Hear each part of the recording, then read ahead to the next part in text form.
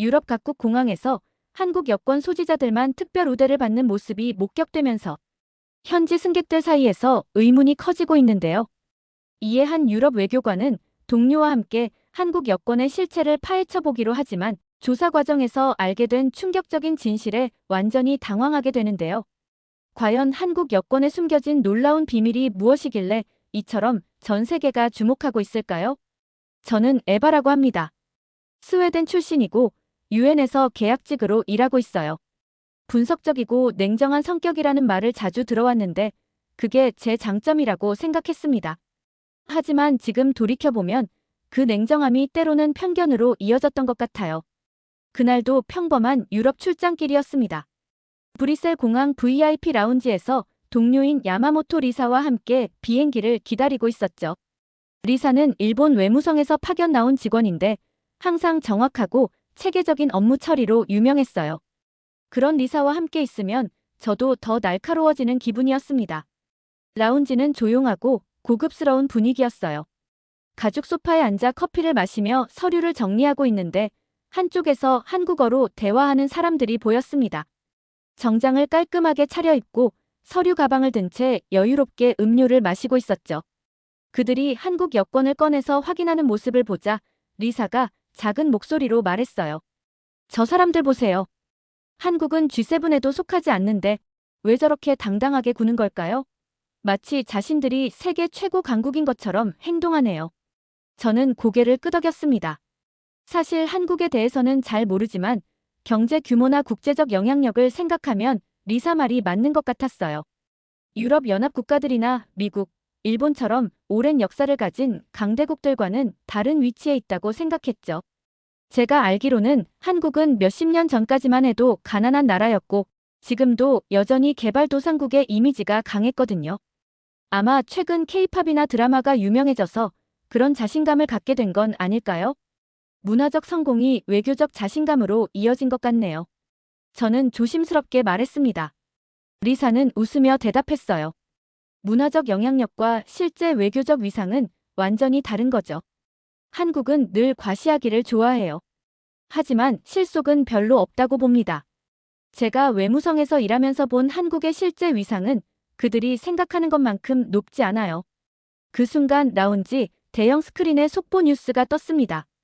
2025년 헨리앤드 파트너스 세계 여권지수 발표.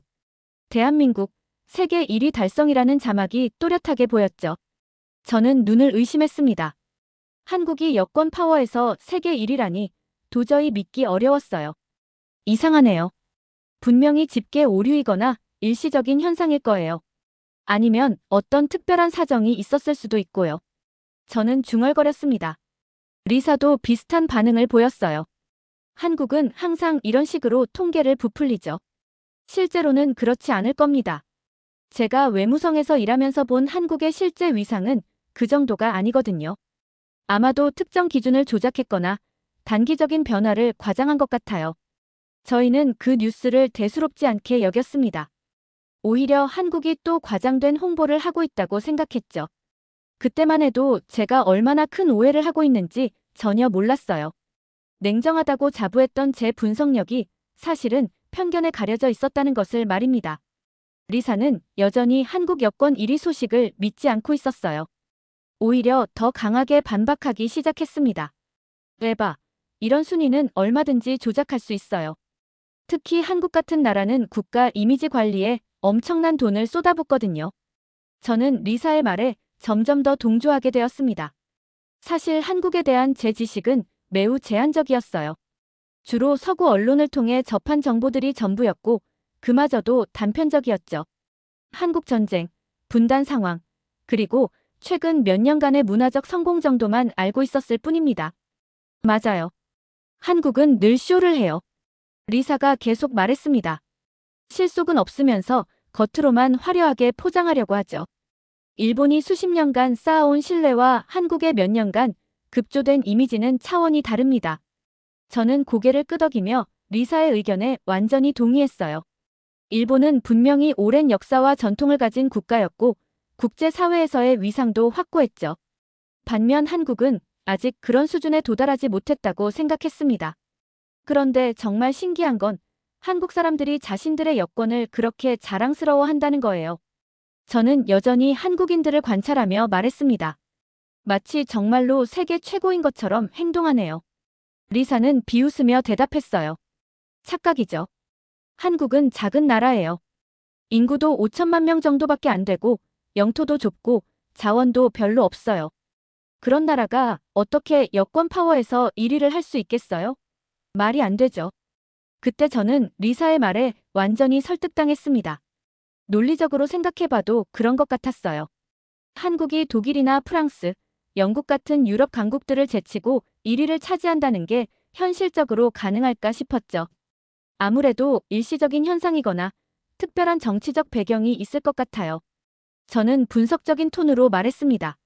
실제 외교력이나 경제력을 고려하면 한국이 1위를 유지하기는 어려울 거예요. 리사는 만족한 표정으로 고개를 끄덕였어요. 정확한 분석이네요. 한국은 항상 이런 식으로 허세를 부려요. 실제로는 아직 선진국 대열에 완전히 합류했다고 보기 어려운데 마치 자신들이 세계를 주도하는 것처럼 행동하죠. 저희의 대화는 점점 더 한국에 대한 비판적인 방향으로 흘러갔습니다. 그때 저는 제가 얼마나 무지했는지 전혀 깨닫지 못했어요. 오히려 리사와 함께 한국을 평가절하하는 제 자신이 합리적이고 객관적이라고 생각했죠. 결국 실력은 시간이 증명하는 거니까 조금 더 지켜보면 진실이 드러날 거예요. 저는 자신 있게 말했습니다. 하지만 그 진실이 제가 예상했던 것과는 완전히 반대 방향이라는 것을 그때는 전혀 몰랐어요. 탑승 시간이 되어 저희는 게이트로 향했습니다. 그런데 이민심사대 앞에서 놀라운 광경을 목격했어요. 한국 여권을 든 승객들이 별도의 아시아 VIP 통로로 안내받고 있었던 거죠. 저는 처음에 그게 뭔지 이해하지 못했습니다. 저게 뭐예요? 저는 리사에게 물었어요. 리사도 당황한 표정이었습니다. 잘 모르겠네요. 아마 특별한 행사나 단체 여행객들인 것 같은데. 하지만 곧 진실을 알게 되었어요. 한국 여권 소지자들은 자동 게이트를 통해 빠르게 통과하고 있었고 별도의 우대 서비스를 받고 있었던 거죠. 반면 저희는 일반 통로에서 한참을 기다려야 했습니다. 이상하네요. 왜 한국 사람들만 저렇게 빨리 통과하는 거죠? 저는 의아해했어요. 이민 직원에게 물어보니 놀라운 답변이 돌아왔습니다. 한국 여권은 신뢰도가 매우 높아서 자동화 시스템으로 빠른 통과가 가능합니다. 위조나 불법 입국 시도가 거의 없어서 특별 우대를 받고 있어요. 저는 충격을 받았습니다. 지금까지 제가 생각했던 것과 완전히 다른 현실이었어요. 한국 여권이 실제로 높은 신뢰도를 받고 있다는 사실을 직접 목격한 거죠. 리사는 여전히 믿지 않으려 했어요. 일시적인 조치일 거예요. 아마 특별한 협정이나 정치적 이유가 있을 거예요. 하지만 저는 점점 의문이 들기 시작했습니다. 만약 한국 여권이 정말로 문제가 있다면 왜 유럽 각국의 이민청에서 이런 우대를 해줄까요? 유럽은 보안에 매우 엄격한 곳인데 신뢰할 수 없는 여권에 대해서는 절대 이런 특혜를 주지 않을 텐데요. 보안 검색대에서도 마찬가지였습니다. 한국인들은 별도의 빠른 통로를 이용하고 있었고 검색 과정도 간소화되어 있었어요. 반면 저희는 일반적인 절차를 모두 거쳐야 했죠. 에바, 뭔가 이상해요. 저는 리사에게 속삭였습니다. 정말로 한국 여권이 특별한 대우를 받는 것 같아요. 리사는 여전히 고개를 저었어요. 착각이에요. 분명히 다른 이유가 있을 거예요. 한국 같은 작은 나라가 이런 대우를 받을 리 없어요. 하지만 저는 점점 더 확신이 서지 않았습니다. 직접 목격한 현실과 제가 가졌던 선입견 사이에 큰 차이가 있었거든요. 한국인들이 받는 우대가 단순한 우연이나 일시적인 현상으로 보기에는 너무 체계적이고 일관적이었어요. 게이트에서 비행기를 기다리는 동안 저는 계속 한국인 승객들을 관찰했습니다. 그들은 정말로 자연스럽고 당당했어요. 마치 이런 대우가 당연한 것처럼 행동했죠. 그때 저는 처음으로 생각했어요. 혹시 제가 틀렸을까? 하지만 여전히 리사의 영향 때문에 그 의문을 깊이 파고들지는 못했습니다. 대신 나중에 더 자세히 알아봐야겠다는 생각만 했을 뿐이에요. 파리에 도착해서도 마찬가지였습니다. 샤를 드골 공항에서 한국 여권 소지자들은 여전히 빠른 통로를 이용하고 있었어요. 이제는 우연이라고 하기에는 너무 일관적인 패턴이었죠. 리사, 정말 이상해요. 파리에서도 똑같네요. 저는 말했습니다. 리사는 여전히 불편한 기색을 보였어요. 유럽연합 내에서 특별한 협정이 있는 모양이네요. 하지만 그것도 일시적일 거예요. 호텔에 도착한 후 저는 혼자 인터넷으로 한국 여권에 대해 조사해보기 시작했습니다. 그리고 놀라운 사실들을 발견했어요. 한국 여권은 정말로 비자 면제 국가가 194개국에 달했고 여권 위조율은 세계 최저 수준이었습니다. 더 놀라운 건 한국이 지난 20년간 단 한 번도 여권 관련 국제적 스캔들이 없었다는 점이었어요. 이는 매우 인상적인 기록이었죠. 많은 선진국들도 여권 위조나 부정 발급 문제로 곤욕을 치른 적이 있는데 한국은 그런 문제가 전혀 없었던 거예요. 이게 정말일까? 저는 혼자 중얼거렸습니다. 더 조사해보니 한국 외교부의 여권 발급 시스템이 세계에서 가장 엄격하고 정확한 것 중 하나라는 것을 알았어요. 생체 정보 인식, 다단계 보안 시스템, 실시간 국제 공유 네트워크 등 최첨단 기술이 적용되어 있었죠. 그제서야 저는 왜 유럽 각국이 한국 여권에 대해 특별 우대를 해주는지 이해하게 되었습니다. 높은 신뢰도와 낮은 위험성 때문이었던 거죠. 이것은 정치적 고려나 일시적 현상이 아니라 실제 데이터에 기반한 합리적 판단이었어요. 리사에게 이 얘기를 해야 할까? 저는 고민했습니다. 하지만 다음 날 리사를 만났을 때 리사는 여전히 한국에 대해 부정적인 태도를 보였어요. 에바, 인터넷 정보는 믿을 수 없어요. 한국은 온라인 여론 조작으로도 유명하거든요. 저는 더 이상 리사와 논쟁하고 싶지 않았습니다. 대신 조용히 더 많은 정보를 수집하기로 했어요. 그런데 조사하면 할수록 한국의 실제 위상이 제가 생각했던 것보다 훨씬 높다는 것을 알게 되었습니다. 특히 국제 신용도, 경제 규모, 기술력, 문화 영향력 등 모든 면에서 한국은 이미 선진국 수준에 도달해 있었어요. 그리고 여권 파워는 이런 종합적 국력의 반영이었던 거죠. 그때 저는 처음으로 제 자신에게 정직해졌습니다. 저는 한국에 대해 아무것도 모르면서 편견을 가지고 있었어요. 이 깨달음은 저에게 큰 충격이었습니다. 분석적이고 객관적이라고 자부했던 제가 사실은 무지와 편견에 사로잡혀 있었다는 것을 인정해야 했거든요. 출장 마지막 날 저녁, 저희는 브뤼셀의 한 호텔에서 열린 국제 세미나에 참석했습니다. 각국 외교관들과 국제기구 직원들이 모인 공식적인 자리였어요. 그곳에서 저는 운명적인 만남을 가지게 되었습니다. 안녕하세요. 한국 외교부 여권정책팀의 이지훈입니다. 깔끔한 정장을 입은 한 남성이 저에게 인사를 건넸어요. 이지훈은 30대 중반 정도로 보였고 차분하면서도 확신에 찬 목소리를 가지고 있었습니다.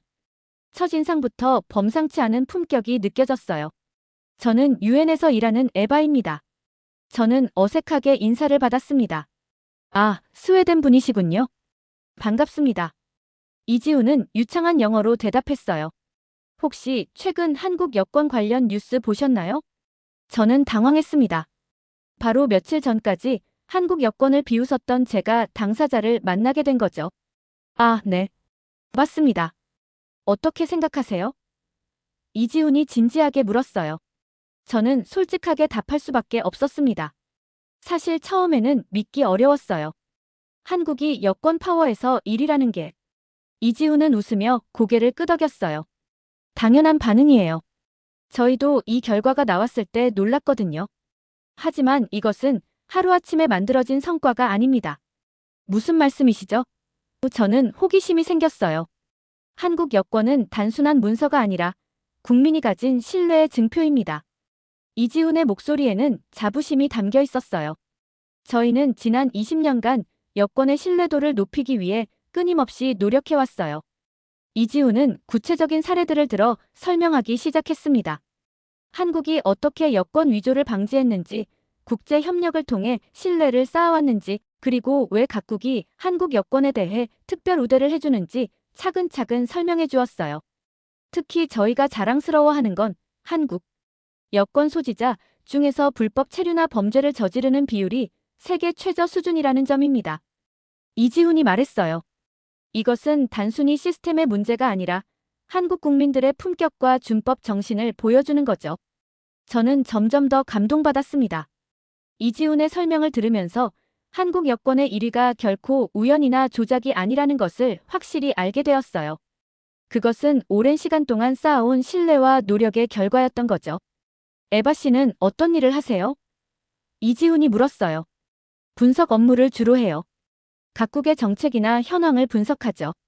저는 대답했습니다. 그렇다면 객관적인 시각으로 한국을 평가해 보실 수 있겠네요. 이지훈은 미소 지었어요. 편견 없이 데이터만으로 판단하신다면 한국의 현재 위상을 정확히 파악하실 수 있을 거예요. 그 말이 제 마음에 깊이 박혔습니다. 저는 정말로 편견 없이 한국을 바라본 적이 있었을까요? 이지훈과의 대화는 계속 이어졌습니다. 저는 점점 더 한국에 대한 새로운 면을 발견하게 되었어요. 사실 많은 분들이 한국을 과소평가하세요. 이지훈이 차분하게 말했습니다. 하지만 데이터는 거짓말을 하지 않아요. 한국은 지난 50년간 가장 빠른 속도로 발전한 국가 중 하나입니다. 이지훈은 구체적인 수치들을 제시했어요. 한국의 경제 규모, 기술 혁신 지수, 교육 수준, 사회 안전도 등 모든 지표가 세계 최상위권이었습니다. 특히 인터넷 보급률, 스마트폰 보급률, 전자정부 구현 수준 등은 세계 1위였어요. 그리고 가장 중요한 건 한국 사람들의 준법 정신이에요. 이지훈이 강조했습니다. 해외에서 한국인이 문제를 일으키는 경우가 거의 없어요. 이것이 바로 한국 여권이 신뢰받는 가장 큰 이유입니다. 저는 깊이 감동받았어요. 이지훈의 말을 들으면서 제가 얼마나 무지했는지 절실히 깨달았습니다. 한국에 대해 제대로 알지도 못하면서 섣불리 판단했던 제 자신이 부끄러웠어요. 지훈 씨, 죄송합니다. 저는 솔직하게 말했어요. 사실 저는 한국에 대해 좋지 않은 선입견을 가지고 있었어요. 이지훈은 전혀 불쾌해하지 않았어요. 오히려 이해한다는 표정을 지었습니다. 당연해요. 한국에 대한 정보가 제대로 알려지지 않은 면이 있으니까요. 중요한 건 열린 마음으로 진실을 받아들이는 거죠. 그때 리사가 다가왔습니다. 에바, 누구와 대화하고 있어요? 한국 외교부에서 오신 이지훈 씨예요. 저는 소개했습니다. 리사는 즉시 경계하는 표정을 지었어요. 아, 그렇군요. 이지훈은 정중하게 인사했지만 리사는 시큰둥한 반응을 보였습니다. 리사 씨는 일본 외무성에서 일하신다고 들었습니다. 네, 맞습니다. 리사가 냉정하게 대답했어요. 두 분 다 외교 분야에서 일하시니 공통점이 많으실 것 같은데요. 이지훈이 화기애애한 분위기를 만들려고 했지만 리사의 태도는 여전히 차갑했어요. 한국 여권이 1위라는 뉴스, 정말인가요? 리사가 도전적으로 물었습니다. 네, 헨리앤드 파트너스에서 공식 발표한 결과입니다. 이지훈이 차분하게 답했어요. 좀 의외네요. 일본이 더 오래된 외교 전통을 가지고 있는데. 리사의 목소리에는 불쾌감이 묻어 있었습니다. 이지훈은 여전히 침착했어요. 일본도 정말 훌륭한 외교력을 가진 나라죠. 하지만 여권 파워는 단순히 전통만으로 결정되는 게 아니에요. 현재의 신뢰도, 안전성, 국제 협력 정도 등이 종합적으로 평가됩니다. 리사는 더 이상 대화하고 싶어 하지 않는 것 같았어요. 실례하겠습니다. 그리고는 다른 곳으로 가버렸습니다. 저는 리사의 태도가 부끄러웠어요. 동시에 이지훈의 품격 있는 대응에 감탄했습니다. 그는 리사의 도전적인 질문에도 전혀 감정적으로 반응하지 않았거든요. 지훈 씨, 리사가 무례했네요. 죄송합니다. 저는 사과했어요. 괜찮습니다. 이해해요. 이지훈이 미소 지으며 말했습니다. 사실 이런 반응은 자주 경험해요. 한국의 급속한 성장에 대해 아직 받아들이기 어려워하시는 분들이 많거든요. 정말 놀라워요. 저도 처음에는 믿기 어려웠는데 지금은 완전히 생각이 바뀌었어요. 저는 솔직하게 말했습니다. 이지훈은 더 자세한 설명을 해주었어요. 한국은 지난 20년간 단 한 번도 여권 위조 스캔들이 없었어요. 이는 정말 자랑스러운 기록이죠. 또한 한국인의 해외 범죄율은 세계 최저 수준입니다. 그게 정말인가요? 저는 놀라며 물었어요. 네, 구체적인 수치로 말씀드리면 한국 여권 위조율은 10만 분의 2 정도예요. 이는 독일이나 스위스보다도 낮은 수준입니다. 이지훈의 설명은 정확하고 구체적이었어요. 저는 점점 더 감동받았습니다. 이런 놀라운 성과가 하루아침에 만들어진 게 아니라 오랜 시간 동안의 노력과 시스템 구축의 결과라는 것을 알게 되었거든요. 그런데 어떻게 이런 성과를 만들어낼 수 있었나요? 저는 궁금해했어요. 가장 중요한 건 국민들의 의식 수준이에요. 이지훈이 진지하게 말했습니다. 한국 사람들은 해외에 나가면 자신이 국가를 대표한다는 책임감을 가져요. 그래서 질서를 잘 지키고 현지 법률을 준수하죠. 이 말을 들으면서 저는 며칠 전 공항에서 본 한국인들의 모습이 떠올랐어요. 그들의 당당함이 단순한 허세가 아니라 실제 성과에 기반한 자신감이었다는 것을 이제야 이해하게 되었습니다. 에바 씨도 기회가 되시면 한국에 한번 오세요. 이지훈이 말했어요. 직접 보시면 더 놀라실 거예요. 저는 그 제안에 마음이 움직였습니다.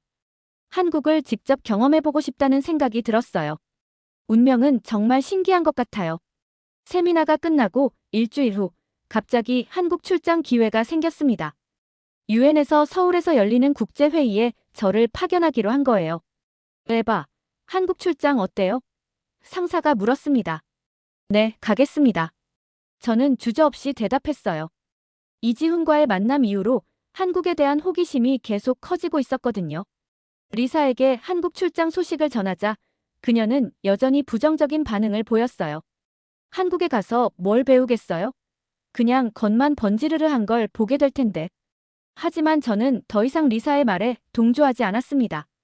오히려 직접 확인해 보고 싶었어요. 인천공항에 도착했을 때 저는 정말 놀랐습니다. 공항 자체가 하나의 작품 같았어요. 깔끔하고 현대적이면서도 효율적인 시설들이 인상적이었죠. 하지만 더 놀라운 건 사람들의 모습이었습니다. 입국 심사를 기다리는 줄에서 한국 사람들을 관찰했어요. 모두가 질서정연하게 줄을 서 있었고 새치기하거나 소란 피우는 사람이 한 명도 없었습니다. 이런 모습은 다른 나라 공항에서는 쉽게 볼 수 없는 광경이었어요. 정말 신기해요. 저는 혼자 중얼거렸습니다. 특히 인상적이었던 건 한국인들이 자신의 여권을 대하는 태도였어요. 모두가 여권을 소중히 다루고 자랑스러워하는 모습이 역력했습니다. 그리고 그 자랑스러워하는 모습이 전혀 어색하지 않았어요. 오히려 당연해 보였죠. 무비자로 입국하는 과정도 매우 빨랐습니다. 한국의 자동화 시스템은 정말 놀라웠어요. 몇 초 만에 신원 확인이 끝나고 별다른 대기 시간 없이 입국할 수 있었죠. 호텔로 가는 택시 안에서 기사님과 대화를 나눴어요. 한국 여권이 세계 1위라는 뉴스 보셨죠? 네, 정말 자랑스러워요. 기사님이 환하게 웃으며 말했습니다. 우리가 해외에 나가면 어디서든 환영받아요. 정말 고마운 일이죠. 어떤 점이 가장 좋으세요? 저는 물었어요. 일단 비자 없이 갈 수 있는 나라가 많아졌고 입국 심사도 빨라졌어요. 그런데 가장 좋은 건 한국 사람이라는 것 자체가 신뢰의 증명이 된다는 거예요. 기사님의 대답에서 진심 어린 자부심이 느껴졌습니다. 서울 시내를 둘러보면서 저는 계속 놀랐어요. 거리는 깨끗했고 사람들은 친절했으며 모든 것이 체계적으로 운영되고 있었습니다. 이런 모습을 보면서 왜 한국 여권이 높은 신뢰를 받는지 확실히 이해하게 되었어요. 이게 진짜 문명의 격차라는 건가? 저는 혼자 감탄했습니다. 그날 밤 호텔에서 이지훈에게 메시지를 보냈어요. 한국에 와 있어요. 정말 놀라워요. 곧 답장이 왔습니다. 환영해요. 시간 되시면 만나서 한국 이야기 더 들려드릴게요. 저는 그 제안을 기꺼이 받아들였습니다. 한국에 대해 더 많이 알고 싶었거든요. 한국에서의 마지막 날, 이지훈과 다시 만날 수 있었어요. 명동의 한 카페에서 만난 이지훈은 여전히 차분하고 지적인 모습이었습니다. 한국은 어떠세요? 이지훈이 물었어요. 정말 놀라워요. 제가 가졌던 모든 편견이 완전히 잘못되었다는 걸 깨달았어요. 저는 솔직하게 말했습니다. 구체적으로 어떤 점이 인상적이었나요? 이지훈이 궁금해했어요. 일단 사람들의 질서의식이 놀라워요.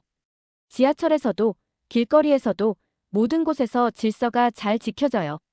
그리고 모든 시스템이 효율적으로 돌아가고 있어요. 저는 지난 며칠간의 경험을 털어놓았습니다. 이지훈은 만족한 표정으로 고개를 끄덕였어요. 그런 점들이 바로 한국 여권이 신뢰받는 이유예요. 한국 사람들이 해외에 나가서도 이런 모습을 보여주니까 각국에서 한국인을 환영하는 거죠. 정말 부끄러워요. 제가 한국에 대해 얼마나 무지했는지. 저는 진심으로 사과했습니다. 전혀 부끄러워할 일 아니에요. 중요한 건 열린 마음으로 진실을 받아들이는 거니까요. 이지훈이 따뜻하게 말했습니다. 저는 그동안의 변화 과정을 돌이켜보았어요. 처음에는 한국을 과소평가했지만 직접 경험하면서 완전히 생각이 바뀌었습니다. 특히 한국 사람들의 품격이 정말 인상적이었어요. 지훈 씨, 한 가지 궁금한 게 있어요. 저는 말했습니다. 한국이 이렇게 빠른 시간에 성장할 수 있었던 비결이 뭘까요? 교육과 근면성, 그리고 미래에 대한 투자라고 생각해요. 이지훈이 신중하게 답했습니다. 한국 사람들은 항상 더 나은 미래를 위해 노력해요. 그리고 법과 질서를 중시하죠. 저는 깊이 공감했어요. 한국에서 머무는 동안 정말로 그런 모습들을 많이 봤거든요.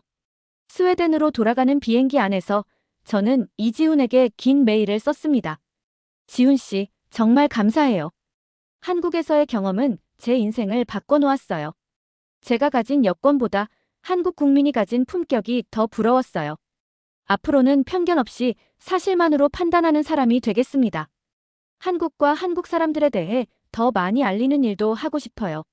메일을 보내고 나서 저는 창밖을 바라보았습니다.